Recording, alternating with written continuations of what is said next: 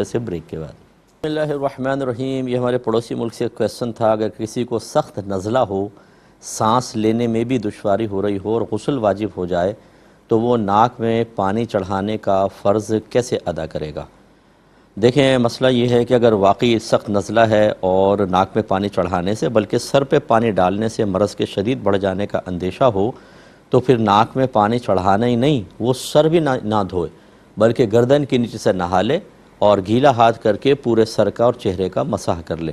اور اگر ڈائریکٹ مسح کرنا بھی ٹھنڈ کی وجہ سے، جیسے اب تری بھی پہنچے گی تو ٹھنڈ چڑھے گی اور مزید طبیعت بگڑے گی، تو پھر وہ کوئی کپڑا ڈال کے کپڑے کے اوپر مسح کر لے، اور جب اللہ تعالیٰ اس کو صحت دے تو اس وقت پھر وہ مطلب اتنے حصے کو دھو لے۔